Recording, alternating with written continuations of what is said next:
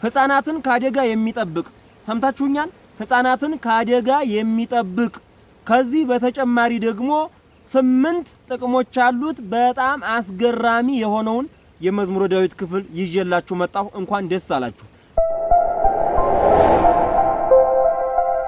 በነገራችን ላይ አባቶቻችን ብዙ ዕውቀቶችን ለትውልድ በውስጥ ለውስጥ በሚስጥር አስተላለፉ እንጂ በግልጥ አላመጧቸውም። ለምን ካላችሁኝ ብዙዎች ከማመን ይልቅ ወደ ዕውቀት ብቻ ነገራቸው እየተቀየረ ስላስቸገሯቸው ነው።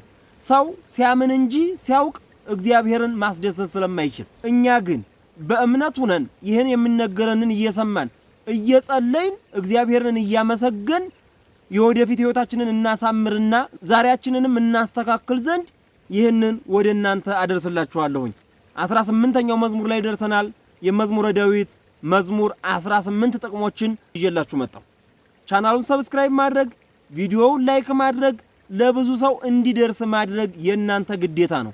እህት ወንድሞቻችን እናንተ ያያችሁትን ባለማየታቸው ምክንያት ብዙዎቹ በጭንቀትና በችግር ውስጥ ስለሆኑ ያሉት ማለት ነው። ስለዚህ ቀጥታ ወደ ጉዳዩ ልግባላችሁ። የመዝሙረ ዳዊት መዝሙር 18 የተነገረው ለመነናውያን ነው። ታስታውሱ ከሆነ መዝሙር 4 ላይ ማኒ የሚባል ሰውዬ አህያው ጠፍቶበት አህያዬ ካልተገኘ እግዚአብሔር የለም ወይም ሰራይ መጋቢ የለም እላለሁ፣ አህያዬ ከተገኘ ግን ሰራይ መጋቢ አለ እላለሁ ብሎ በማለቱ እግዚአብሔር ጋር ደራ በመጋባቱ እግዚአብሔር ደግሞ ደራ የሚጋባ ሰው አይፈልግምና አህያውን አጥፍቶበት ሰራይ መጋቢ የለም ብሎ እግዚአብሔርን መካዱን እናስታውሳለን። ዛሬ መዝሙር 18 ላይ ምን ብሎ አመጣው ቅዱስ ዳዊት? ማኒ ሆይ ሰራይ መጋቢ የለም ብለህ አንተ ብትልም እነሆ ሰማያት እግዚአብሔርን ያመሰግኑታል። አንተ ሰራይ መጋቢ የለም ብለህ የካድከውን እግዚአብሔርን ሰማያት ያመሰግኑታል ብሎ ሰማያት ይነግራ ስብሐተ እግዚአብሔር ብሎ ይጀምራል ቅዱስ ዳዊት መዝሙር 18 ሲጀምር። ወግብረ እደዊሁ ያድያ ሰማያት ይላል። የእጁንም ስራዎች ሰማያት ያደንቃሉ፣ ያከብራሉ፣ ያመሰግናሉ፣ ከፍ ከፍ ያደርጋሉ እያለ ይቀጥላል። በመሰረቱ መዝሙር 18 ስለምን ይናገራል? እናንተ ስታነቡ ወይንም ደግሞ በጸሎት ጊዜያችሁ ስትጸልዩ ታገኙታላችሁ። እኔ ግን መዝሙር 18ን ስንጸልይ የምናገኛቸውን ጥቅሞች ልንገራችሁ። አንደኛ ሕፃናትን እንዲሁም ደግሞ ትልልቅ ሰዎችን ወጣቶችንም ጭምር ጠቢብ ማድረግ። አዋቂ ለባዊ ጠቢብ ይላል። አዋቂ ማድረግ ማለት ምን ማለት ነው? በእውቀት መሙላት፣ በእግዚአብሔር እውቀት መሙላት። ለባዊ ማድረግ ማለት የማያውቁትን ነገር እንዲኖሩት ማድረግ። ጠቢብ ማለት ማድረግ ማለት ነፍስና ስጋውን አግባብቶ የሚሄድ ጠቢብ፣ የእግዚአብሔርን ነገር በሁሉም ሁኔታ ውስጥ መረዳት የሚችል ጠቢብ፣ ምንም አይነት ነገር ሲፈጠር በእግዚአብሔራዊ መነጽር ማየት የሚችል ጠቢብ፣ ነገሮችን መጻፍ፣ መግጠም፣ ማዜም የሚችል ነገሮችን በተለየ መንገድ ማስረዳት የሚችል ጠቢብ ማድረግ። ሕፃናትንም ለትልቅ ሰውም የሚያገለግል ነው ይሄ። ምክንያቱም ምን ይላል መሰላችሁ? ስሙ ለእግዚአብሔር እሙን ያጠብብ ሕፃናት ይላል። ወይ ያጠብብ ሕፃናት፣ የእግዚአብሔር ስም የታመነ ነው፣ ሕፃናትንም ጠቢባን ያደርጋል ይላል። አያችሁ፣ ሕፃናትን ጠቢባን ያደርጋል። ሕፃናትን ብቻ አይደለም ትልልቅ ሰዎችን ጠቢባን ያደርጋል። ሕፃናት የሚባሉት ምክንያቱም በቤተ ክርስቲያን አንድምታ የ40 ቀን የ80 ቀን የ2 ዓመት የ3 ዓመት ብቻ አይደሉም። ሕፃናት የሚባሉት ለእግዚአብሔር ገና እንቦቀቅላ የሆኑ እግዚአብሔርን የማያውቁ ገና እግዚአብሔርን ወደ ማወቅ እየተንገዳገዱ ያሉ ድክ ድክ እያሉ ያሉ ወጣቶችም ትልቅ ሰዎችም ሕፃናት ተብሎ ይጠራሉ። አያችሁ፣ ጠቢባን የሚያደርገው የመዝሙረ ዳዊት ክፍል አንደኛውና የመጀመሪያው ጥቅሙ ይሄ ነው። ሁለተኛ የእግዚአብሔርን ክብር በአደባባይ ለመመስከር ዘማሪ መሆን የምትፈልጉ ወጣችሁ ስብከት ሰባኪ መሆን የምትፈልጉ ብዙ ሺህ ሕዝብ በተሰበሰበበት ቦታ ላይ ስሙን ማመስገን፣ ስሙን ማክበር፣ ለስሙ ምስክርነት መስጠት የምትፈልጉ የመዝሙር አይነተኛ ሚና አለው። ያችን ቀን የምትናፍቁ ካላችሁ ያችን ቀን እናፍቃለሁ አይቀርም ይሳካል ህልሜ ምስክር ሆነዋለሁ በአውደ ምሕረቱ ቆሜ ይላሉ። መዝሙሩን ብዙም ባልችልም እንዲህ አይነት ናፍቆት ያለባችሁ አውደ ምሕረቱ ላይ በመዝሙር በዝማሬና በስብከት ወይም በተለያየ ዜማ እግዚአብሔርን መመስከር ምስክርነት መስጠት የምትፈልጉ ሁላችሁም ይሄ የመዝሙረ ዳዊት ክፍል ይጠቅማችኋል። ምን ይላል መሰላችሁ?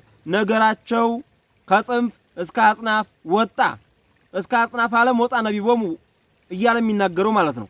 ነገራቸው እስከ አጽናፈ ዓለም ድረስ ወጣ እያለ የሚናገሩትን የሚሰብኩትን የሚዘምሩትን የሚያወድሱትን በሰው ፊት የሚመሰክሩለትን እዚህ ላይ ያነሳል። ስለዚህ እስከ አጽናፈ ዓለም ድረስ ንግግራቸው ወጣ፣ እስከ አጽናፈ ዓለም ድረስ ምስክርነታቸው ወጣ ስለሚል ይህን በአደባባይ ለመመስከር የምትፈልጉ ሰዎች የነገ ህልም ያለባችሁ ይህን ጸሎት ትደግሙታላችሁ፣ ትጸልዩታላችሁ።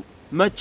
በሳምንት አንድ ጊዜ ሰኞ፣ ከቻላችሁ ደግሞ በቀን 7 ጊዜ ስለሚጸለይ 7 ጊዜ ከጸለያችሁ 7 ጊዜ ትጸልዩታላችሁ ማለት ነው በአንድ ቀን። ምክንያቱም ጧት ከመኝታ ሲነሱ ይጸለያል፣ 3 ሰዓት ይጸለያል፣ 6 ሰዓት ይጸለያል፣ 9 ሰዓት ይጸለያል፣ ምሽት 11 ሰዓት ይጸለያል፣ ስተኙ ይጸለያል፣ ሌሊት 6 ሰዓት ይጸለያል። 7 ጊዜ ሆነ።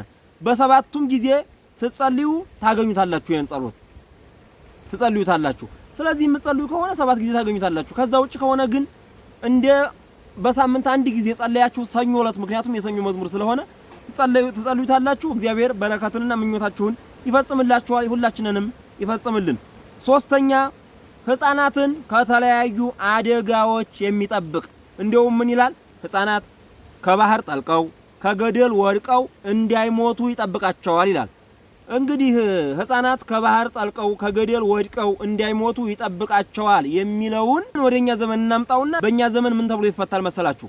ኤሌክትሪክ እንዳይይዛቸው፣ ከሶፋ ተነስተው ወይም ከወንበር ላይ አንስተው መሬት ላይ እንዳይወድቁ፣ ወይም የሆነ ዕቃ ወርዶ ራሳቸውን እንዳይመታቸው ወይም እንዳያቆስላቸው፣ ወይም መሬት ላይ ሴራሚክ አዳልጧቸው ወድቀው እንዳይሰበሩ እንዳይጎዱ፣ ከደረጃ ላይ ወድቀው እንዳይሰበሩ፣ የተለያየ ጉዳት እንዳይደርስባቸው የሚያደርግ የመዝሙረ ዳዊት ክፍል ነው ይሄ ማለት ነው። መዝሙር 18 ይሄ ነው።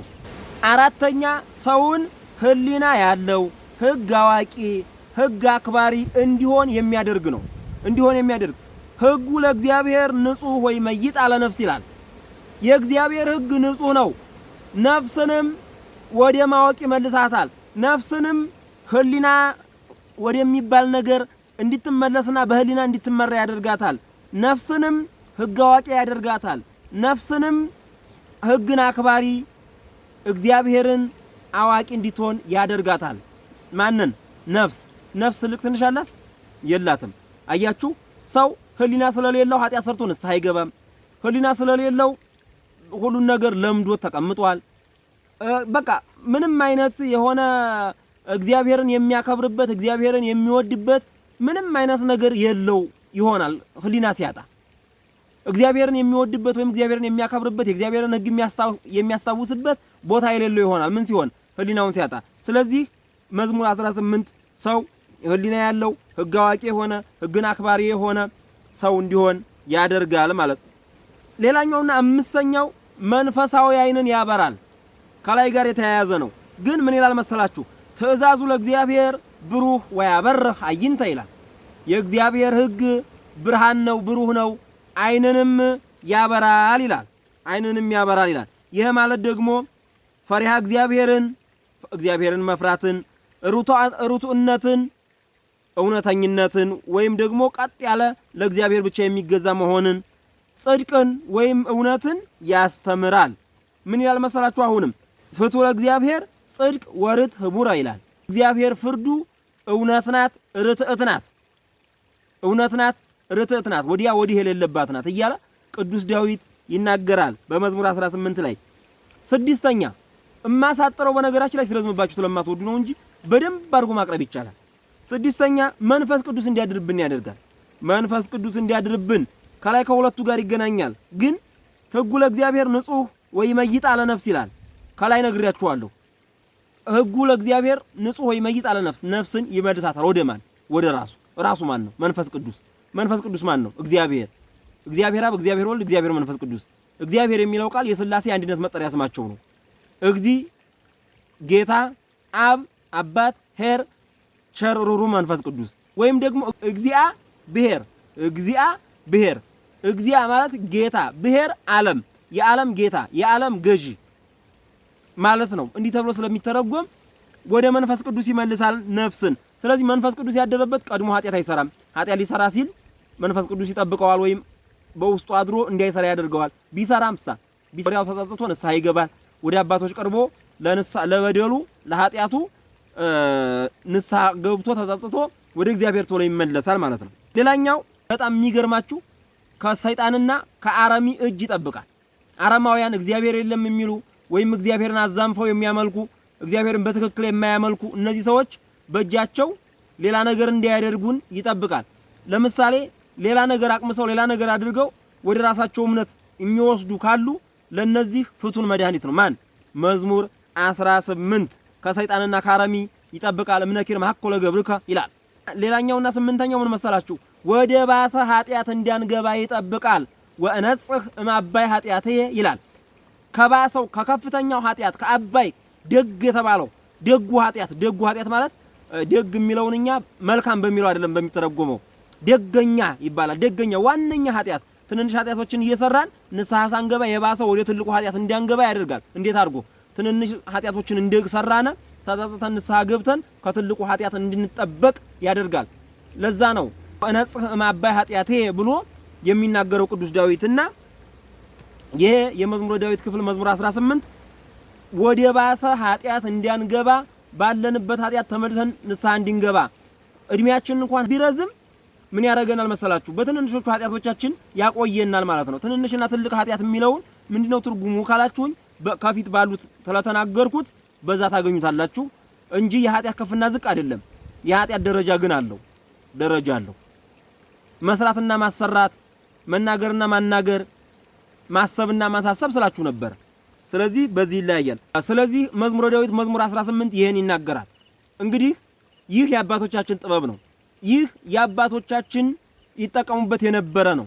ሌላ ተንኮልም አይደለም፣ ጥንቆላም አይደለም፣ ምናምንቴም አይደለም። ይህ የአባቶቻችን ይጠቀሙበት የነበረው ጥበብ ነው። ይህ ጥበብ ደግሞ የት እንደሚገኝ ከዚህ በፊትም ነግሬያችኋለሁ፣ ወደፊትም እነግራችኋለሁ። ስለዚህ እግዚአብሔር አምላክ ይህንን መዝሙር ዘምረን እንድንጠቀምበት በቸርነቱ ይርዳን። ይህን ጸሎት የምንጸልየው ዘወትር ሰኞ ነው። ሰኞ ከመዝሙር 1 እስከ መዝሙር 30 ስለምንጸልይ ከመዝሙር 1 እስከ መዝሙር 30 ስንጸልይ እዛ ላይ እናገኘዋለንና እዛ ላይ እንጸልየዋለን ማለት ነው። እንደምታዩት እዚህ አካባቢው በጣም የሚያምር ዛፉ በጣም የሚያምር ከጀርባ እጽዋቶቹ ሲንቀሳቀሱ በጣም ደስ ከሚል ቦታው ላይ ሆኜ ነው የቀረጽኩላችሁ። ይሄን ያደረኩበት ምክንያት እስካሁን ድረስ አንዱ ግድግዳ ከአንዱ ቤት ከዛ እያልኩ ስቱዲዮ ስለሌለኝ ነበር። አሁን ወደ ቤተሰቦቼ ወደ ገጠር ወጣ ብዬ ስለሆነ እዛ ላይ ሆኜ ነው የቀረጽኩላችሁ። እግዚአብሔር አምላክ እንድንነጋገር ስለረዳን ክብርና ምስጋና ይግባው። ወስብሐት ለእግዚአብሔር ወለወላዲቱ ድንግል ወለመስቀሉ ክቡር አሜን። ይቆየን።